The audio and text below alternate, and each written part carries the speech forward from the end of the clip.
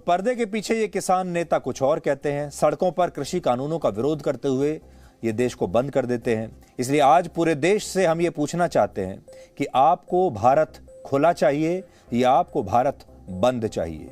आज हमने आपको किसान नेताओं का असली चेहरा दिखा दिया स्टिंग ऑपरेशन के जरिए, और ये हमारी मजबूरी थी। हम लगातार ये देख रहे थे कि ये लोग सार्वजनिक मंच पर आकर जब न्यूज चैनल्स के कैमरे सामने लगे होते हैं तो कुछ और बात करते हैं, और जब ये कैमरे चले जाते हैं तो पीछे से कुछ और बात करते हैं। अब इनकी जो असली मंशा है उसे हम कैसे एक्सपोज करें, और इसीलिए जो आखिरी विकल्प होता है हमारे पास वो होता है हिडन कैमरा, छुपा हुआ कैमरा, और उसी के जरिए आज हमने आपको इनका ये चेहरा दिखाया। आज हमारे देश के कुछ मुट्ठी भर किसानों ने विपक्षी दलों का समर्थन लेकर 135 करोड़ की आबादी वाले दुनिया के सबसे बड़े लोकतंत्र को बंद करने की कोशिश की। लेकिन क्या आपको लगता है कि इस 2021 में भारत देश को बंद किया जा सकता है? क्या आपको लगता है कि अब भारत रुक सकता है? एक दिन तो क्या, भारत अब एक मिनट के लिए भी नहीं रुक सकता, एक सेकंड के लिए भी नहीं रुक सकता। अब किसी के अंदर इतनी ताकत ही नहीं है कि वो ये कह दे कि मेरे एक इशारे पर भारत बंद हो जाएगा। यह असंभव है, क्योंकि ये नया भारत है। ये लोग भूल गए कि भारत के 135 करोड़ लोग अब ना तो रुकेंगे और ना ही अपने लिए फैसले करने की ठेकेदारी किसी और को सौंपेंगे। इसलिए आज हम राकेश टिकैत और उनके साथियों से ये पूछना चाहते हैं कि इस देश के लोग आज काम पर जाएंगे या नहीं, इस देश की सड़कें आज खुली रहेंगी या नहीं, ये तय करने का अधिकार इन्हें किसने दिया है। ये लोग अपने विरोध प्रदर्शन ये कहकर करते हैं कि ये लोकतंत्र में उनका अधिकार है। विरोध करना तो हर लोकतंत्र में नागरिकों का अधिकार है, जो बिल्कुल सही है, लेकिन उसी लोकतांत्रिक तरीके से चुनी गई सरकार के फैसले इन्हें मंजूर नहीं है। ये उस लोकतंत्र का नाम लेकर सड़कें जैम करना चाहते हैं, हिंसा करना चाहते हैं, तोड़फोड़ करना चाहते हैं, इस देश को चलने नहीं देना चाहते। लेकिन उसी लोकतंत्र ने, जब उसी लोकतंत्र में लोगों ने अपनी मर्जी से एक सरकार चुनी, उस सरकार को यह मानने को तैयार नहीं है। इसलिए आज हम इनके आंदोलन को भी आपके लिए एक्सपोज करेंगे। आज बड़ी संख्या में देश के लोग परेशान हुए हैं। लोगों को कई कई घंटे लग गए अपने दफ्तर पहुंचने में। कितने लोग तो डर के मारे घर से बाहर नहीं निकले कि उन्हें इस तरह के जैम देखने पड़ेंगे। ये देखिए आप, ये जो इतना लंबा जैम आप देख रहे हैं, आप ये दिल्ली गुरुग्राम बॉर्डर की तस्वीरें देख रहे हैं, जहां किसान आंदोलन की वजह से आज ये भीषण ट्रैफिक जैम लग गया। अनुमान है कि वहां लगभग 5000 गाड़ियां इस जैम में आज फंसी हुई थी। सोचिए, 5000 गाड़ियां। अगर हम मान लें कि एक गाड़ी में 2 लोग भी औसतन बैठे थे, तो इस हिसाब से 10,000 लोग अकेले दिल्ली और गुरुग्राम बॉर्डर पर किसान आंदोलन की वजह से यहां फंस गए। ये ट्रैफिक जैम भी इसलिए लगा क्योंकि किसानों को दिल्ली में प्रवेश करने से रोकने के लिए पुलिस ने यहां बैरिकेड्स लगा दिए थे। आज हफ्ते का पहला ही दिन था, और इनमें से ज्यादातर लोगों ने यह सोचा होगा कि वो आज समय से अपने दफ्तर या अपनी दुकान पर पहुंच जाएंगे, या जहां भी काम करते हैं अपने काम पर पहुंचेंगे। सोमवार का दिन तो ऐसे भी पहला दिन होता है, लोग काम पर जाते हैं, जमकर काम करना चाहते हैं, हफ्ते की शुरुआत किसी अच्छे शुभ काम से करना चाहते हैं। और सोचिए, आज हफ्ते के पहले दिन इस सप्ताह की शुरुआत कैसे हुई। किसान आंदोलन की वजह से ये सब हो नहीं सका। इसलिए इसे विडंबना कहेंगे कि भारत में देश बंद करने वाले मुट्ठी भर लोगों के संवैधानिक अधिकारों का तो हवाला दिया जाता है, लेकिन उन लाखों लोगों की बात कोई नहीं करता जिनके अधिकारों को इस तरह के बंद में, इस तरह के विरोध प्रदर्शन में छीन लिया जाता है। तो आज हम ये जानना चाहते हैं कि जो लोग आज भारत बंद करना चाहते थे, विरोध प्रदर्शन करना लोकतंत्र में उनका अधिकार है, लेकिन ये जो आम जनता यहां फंसी हुई है, जो अपनी रोजी रोटी आज कमा नहीं पाई, जो कि आज अपने काम पर पहुंच नहीं पाए, इन लोगों के लोकतांत्रिक अधिकारों का क्या होगा? इनके अधिकारों की रक्षा कौन करेगा? और इनके अधिकारों की रक्षा करने के लिए सरकार क्यों नहीं सामने आ रही, पुलिस क्यों नहीं सामने आ रही? और सरकार और पुलिस और प्रशासन ये सब होने कैसे दे रहा है? क्या इतने हजारों लाखों लोगों के अधिकार इस देश में जरूरी नहीं है? किसानों के भारत बंद की ये 6 तस्वीरें आज हमने आपके लिए निकाली हैं। कहीं मुट्ठी भर किसानों ने पूरा की पूरा हाईवे बंद कर दिया, तो कहीं सुबह दफ्तर के लिए निकले लोगों को जबरदस्ती वापस लौटा दिया गया। ट्रेनें रोकने से लेकर ट्रैफिक नियमों का उल्लंघन करने तक इस आंदोलन में प्रदर्शन और बंद के नाम पर आप जो कुछ भी सोच सकते हैं वो सब कुछ हुआ। और ये विरोधाभास है कि जिस समय ये हजारों लोग इस भारत बंद की वजह से ट्रैफिक जैम में फंसे हुए थे, उस समय बंद को बुलाने वाले किसान नेता राकेश टिकैत अलग अलग न्यूज चैनल्स पर मेकअप करवाकर और अपनी बढ़िया बढ़िया फोटो खिंचवा रहे थे, बड़े बड़े न्यूज चैनल्स पर बैठकर अपना इंटरव्यू दे रहे थे, अपनी राजनीति चमका रहे थे, अपने आप को बड़ी स्क्रीन पर देख रहे थे और आज के दिन का पूरा आनंद लूट रहे थे ताकि उनकी राजनीति की दुकान चलती रहे और चमकती रहे। आज आप एक बार फिर जरा याद कीजिए, आखिरी बार आपने ऐसा कौन सा भारत बंद देखा था जो सफलतापूर्वक अपने उद्देश्य हासिल कर पाया हो।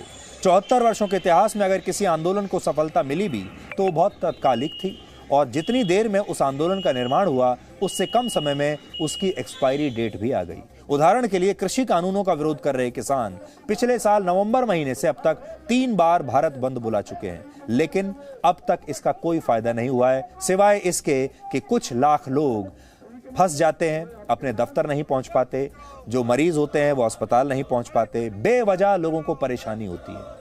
इसके विपरीत हर बार इस भारत बंद ने एक राजनीतिक रूप लिया है। पिछली बार 26 मार्च को हुए भारत बंद को 20 राजनीतिक दलों ने समर्थन दिया था और इस बार यह संख्या इससे भी ज्यादा हो गई। दिल्ली, हरियाणा, पंजाब और उत्तर प्रदेश के कुछ इलाकों को छोड़ दें तो देश में जहां भी भारत बंद के तहत आज प्रदर्शन हुए उनमें किसानों की जगह राजनीतिक पार्टियों के कार्यकर्ता थे, किसान नहीं थे। और यही इस बंद की कड़वी सच्चाई है। ना तो भारत बंद हुआ और ना ही किसान परेशान हैं और ना ही किसान इसमें शामिल हैं। भारत में हड़ताल और बंद की शुरुआत पहली बार कब और कहां हुई इसकी ठीक ठाक तो कोई जानकारी उपलब्ध नहीं है, लेकिन कुछ ऐतिहासिक दस्तावेजों में यह दावा है कि भारत में बंद और हड़ताल की शुरुआत वर्ष 1862 में हुई थी, जब फैक्ट्रियों में काम करने वाले मजदूर हड़ताल पर चले गए थे क्योंकि वो वर्किंग आवर्स यानी अपने काम के घंटों को घटाकर 8 घंटे प्रतिदिन करवाना चाहते थे। ये बात तब की है जब भारत अंग्रेजों का गुलाम था और यह भारत बंद अंग्रेजों की सरकार के खिलाफ हुआ था। अंग्रेजों के खिलाफ विरोध प्रदर्शन के लिए भारत बंद, सड़क बंद और बाजार बंद जैसे कई तरीके अपनाए गए और इन तरीकों को अपनाने का मकसद था अंग्रेजों की सरकार को भारत से उखाड़ फेंकना।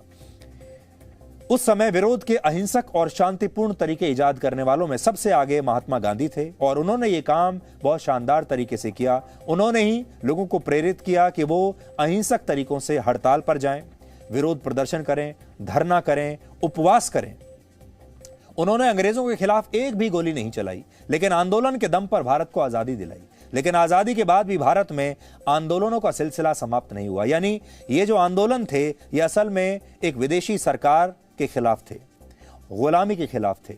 हमारा देश आजाद हो गया, अंग्रेज यहां से चले गए, लेकिन आंदोलन करने की ये जो प्रक्रिया है और ये जो आदत है ये हमारे आजाद देश में भी ऐसे ही बनी रही। हमारे देश के लोग कभी ये समझ ही नहीं पाए कि अंग्रेजों के जमाने में भारत बंद जैसे आंदोलन इसलिए होते थे क्योंकि उस समय लोगों के पास संवैधानिक अधिकार नहीं थे, लोकतांत्रिक अधिकार नहीं थे, लोकतंत्र था ही नहीं, संविधान था ही नहीं, इसलिए इस तरह की असंवैधानिक ताकतें और असंवैधानिक कदम उठाने पड़ते थे। लेकिन अब ऐसा नहीं है। अब हमारे देश में लोकतंत्र है, अब हमारे देश में संविधान लागू है, हमारे देश के अपने नियम कानून हैं जो हमारे ही देश में हम लोगों ने ही बनाए हैं। इस चुनौती को संविधान निर्माता डॉक्टर भीमराव अंबेडकर ने आज से 72 साल पहले ही देख लिया था, महसूस कर लिया था। और आज आपको बी.आर. अंबेडकर की वो बात सुनाने वाला हूं जिसमें आप समझ जाएंगे कि उन्होंने 72 साल पहले ही ये भांप लिया था कि इस देश में अब और क्या होने वाला है। वर्ष 1949 में संविधान सभा में दिए अपने आखिरी भाषण में डॉक्टर अंबेडकर ने कहा था कि भारत को अगर आगे बढ़ना है तो उसे प्रजातंत्र में विरोध जताने की उन परंपराओं को अब छोड़ देना होगा जिनमें सत्याग्रह और असहयोग जैसे आंदोलन किए जाते हैं। उन्होंने कहा कि जब लोग संवैधानिक अधिकार और लोकतांत्रिक व्यवस्था होते हुए भी पारंपरिक आंदोलन को विरोध के तरीके के रूप में अपनाएंगे तो फिर आजादी का कोई मतलब नहीं रह जाएगा। आज उनका वो मशहूर जो स्पीच है वो मैं लेकर आया हूं।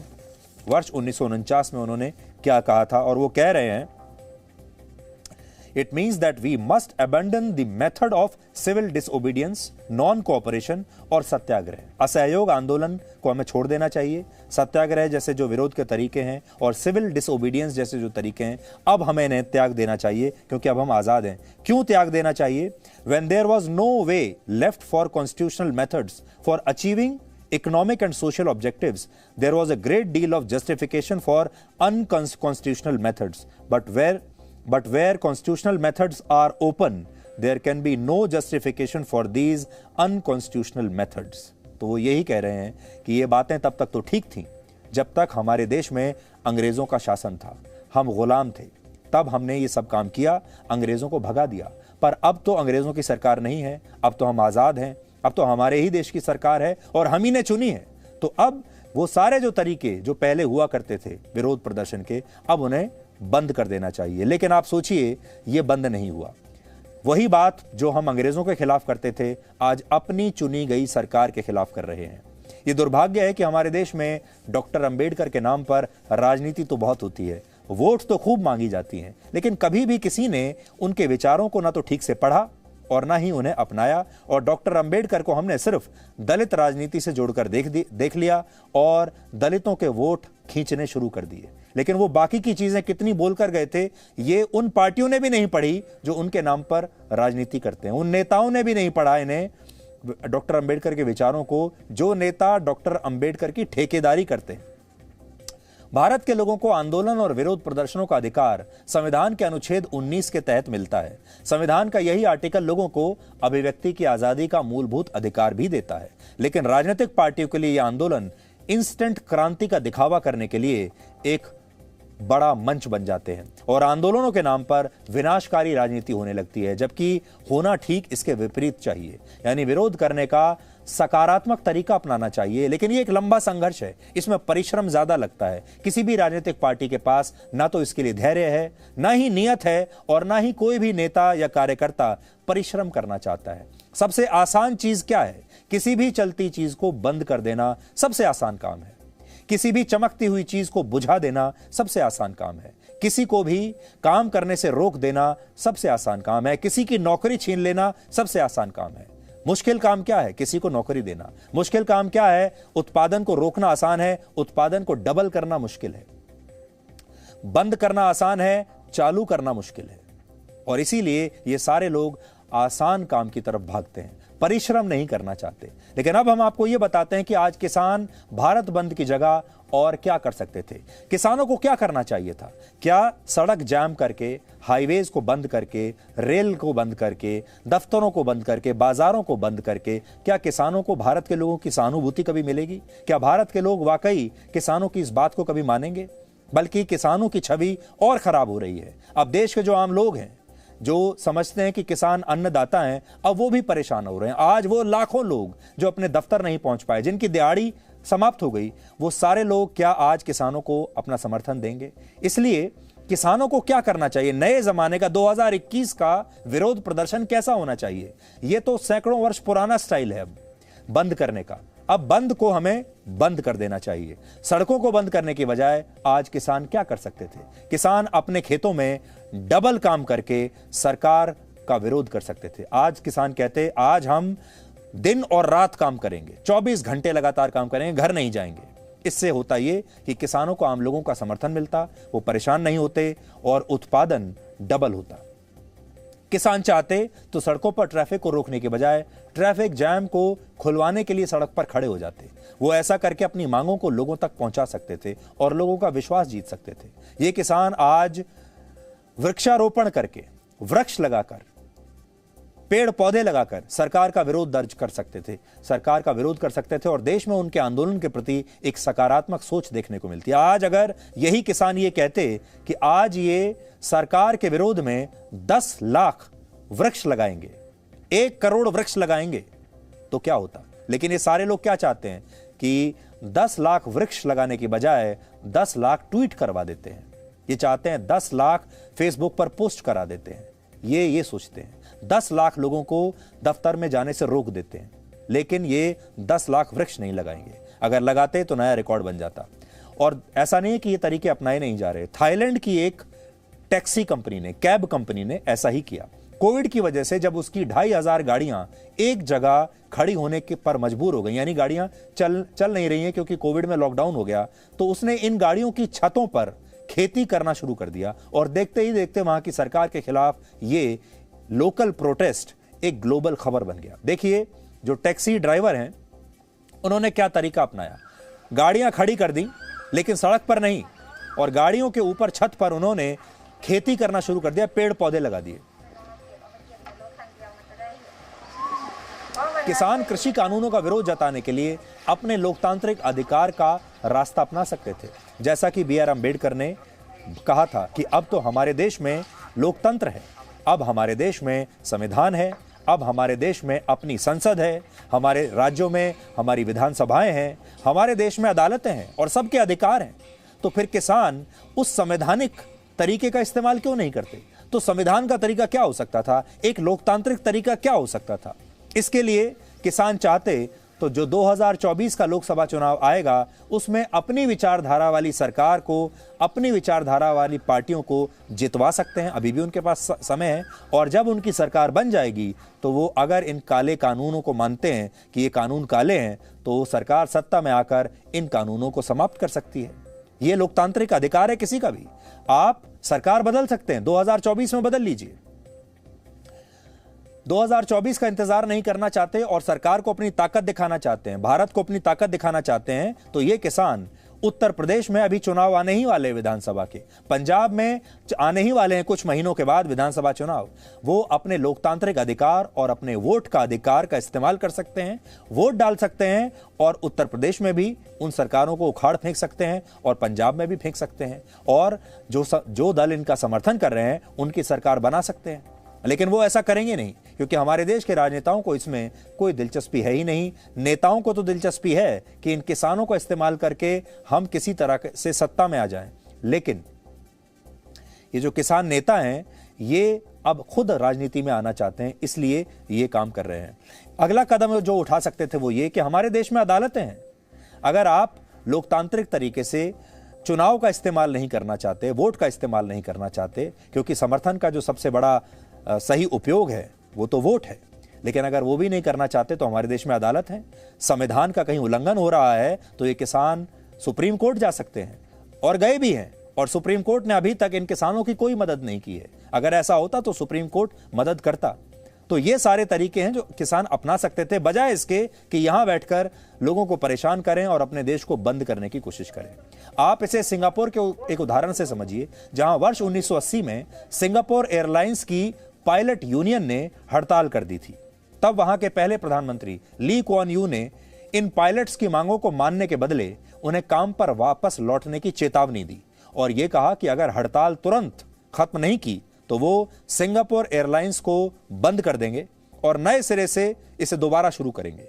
इसके बाद हड़ताल समाप्त हो गई।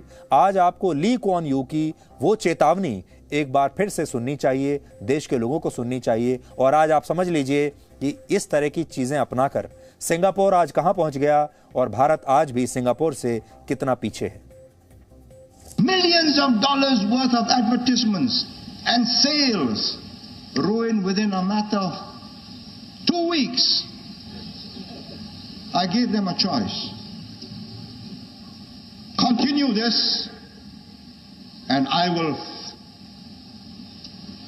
by every means at my disposal, teach you and get the people of Singapore, help me teach you a lesson you won't forget. And I'm prepared to start all over again. Or stop it. Get back to work, restore discipline, then argue your case. Took them 65 minutes. And they decided, okay, it isn't worth the fight. Why? Because they know they'll lose. They know that I'm prepared to ground the airline. They know that I can get the airline going again without them. And let there be no mistakes about this. Whoever governs Singapore must have that iron in him, or give it up. This is not a game of cards. This is your life and mine. I've spent a whole lifetime building this. And as long as I'm in charge, nobody's going to knock it down. तो वो कह रहे हैं कि Singapore में जो शासन करेगा उसके अंदर लोहा होना चाहिए, और लोहे जैसी ताकत के साथ वैसे ही फैसले भी करने चाहिए। और उन्होंने ये साफ चेतावनी दे दी पायलट्स को कि अगर काम पर नहीं लौटे तो आपके बिना नए सिरे से इस एयरलाइन को दोबारा से शुरू करूंगा। अब आपने देखा सिंगापुर में वहां के नेताओं ने, वहां के प्रधानमंत्री ने लोकतंत्र का दुरुपयोग नहीं होने दिया, लोकतांत्रिक अधिकारों का दुरुपयोग नहीं होने दिया, लोकतंत्र में अधिकारों की सुरक्षा की। लेकिन हमारे देश में लोकतंत्र के नाम पर अधिकारों का जमकर दुरुपयोग हुआ और हमारे ही देश के नेताओं ने इसे होने दिया, क्योंकि इसी के जरिए वो चुनाव जीतना चाहते थे। आज हमारे देश में एक ही कानून अलग अलग लोगों के लिए अलग अलग तरह से इंप्लीमेंट होता है। किसी के लिए कुछ कानून है, किसी और के लिए कुछ दूसरा कानून है। आज आप सोचेंगे पूरे देश में कोविड का प्रोटोकॉल है। अगर आप फ्लाइट में जाएंगे, अगर आप स्कूल में जाएंगे, कॉलेज में जाएंगे, दफ्तर में जाएंगे, आपको कोविड प्रोटोकॉल का पालन करना पड़ेगा। और लोग अपने हाथ सैनिटाइज कर रहे हैं, मास्क लगाकर चल रहे हैं। लेकिन इस तरह के आंदोलनों में आप सोचिए कोविड प्रोटोकॉल का जमकर उल्लंघन हो रहा है। कोई कोविड यहां पर नहीं है। सुप्रीम कोर्ट चाहे कितना भी कुछ भी बोले, लेकिन आप देख लीजिए कोविड प्रोटोकॉल का यहां नाम नहीं है, कोई मास्क नहीं है, कोई सोशल डिस्टेंसिंग नहीं है। इसका मतलब क्या है? क्या इन लोगों के अधिकार भारत के बाकी नागरिकों के अधिकारों से ज्यादा हैं? दूसरी बड़ी बात, ये किसान पराली जलाने का अधिकार चाहते हैं। आप सोचिए भारत में सुप्रीम कोर्ट भी ये कह चुका है कि पराली जलाना गैर कानूनी है। अलग अलग सरकारें ये कह चुकी हैं कि उत्तर भारत में जो प्रदूषण होता है वो पराली की वजह से होता है, कानून बन चुका है। लेकिन ये लोग चाहते हैं कि हम पराली जलाते रहें और पूरे देश में उससे पोल्यूशन होता रहे, प्रदूषण होता रहे, और चाहे देश के बच्चे, बूढ़े, जवान उस प्रदूषण का शिकार होते रहें, चाहे मरते रहें, लेकिन ये पराली जलाना नहीं छोड़ेंगे। क्या देश के बाकी लोगों के लिए अगर ये कहते हैं कि ये उनका पेट भरते हैं, ये अन्नदाता हैं, तो क्या इनका ये भी फर्ज नहीं है कि देश के लोगों को साफ सुथरी हवा में जीने का भी अधिकार दें? ये सारे किसान बिजली में छूट देना चाहते हैं, बिजली का बिल नहीं देना चाहते। और जिस दिन ये फ्री की जो राजनीति है, अगर ये बंद नहीं हुई हमारे देश में, तो हमारा देश कभी तरक्की नहीं कर पाएगा, विकास नहीं कर पाएगा। ये बातचीत करना नहीं चाहते। 11 दौर की बातचीत हो गई है, लेकिन अब तक इसका कोई नतीजा नहीं निकला। आंदोलन में खालिस्तानी संगठन आ चुके हैं, देश विरोधी संगठन आ चुके हैं, नक्सली भी अब इसे अपना समर्थन दे रहे हैं। तो सोचिए ये कैसा आंदोलन है और ये कैसा भारत बंद है। और भारत के 135 करोड़ लोग इन कुछ हजार किसानों को ये सब कुछ करते हुए असहाय होकर देखते जा रहे हैं। कोई कुछ नहीं कर सकता। सरकारें देख रही हैं, प्रशासन देख रहा है, पुलिस देख रही है, और ये सब लोकतंत्र के नाम पर हो रहा है। इसलिए हमें लगा कि आज आपको इसके बारे में जानकारी होनी चाहिए। ये स्टिंग ऑपरेशन आज हमने आपको दिखाया है ताकि इन किसान नेताओं को हम आज अच्छी तरह से एक्सपोज कर सकें। Presenting B News app available on Google Play and App Store. Download it now.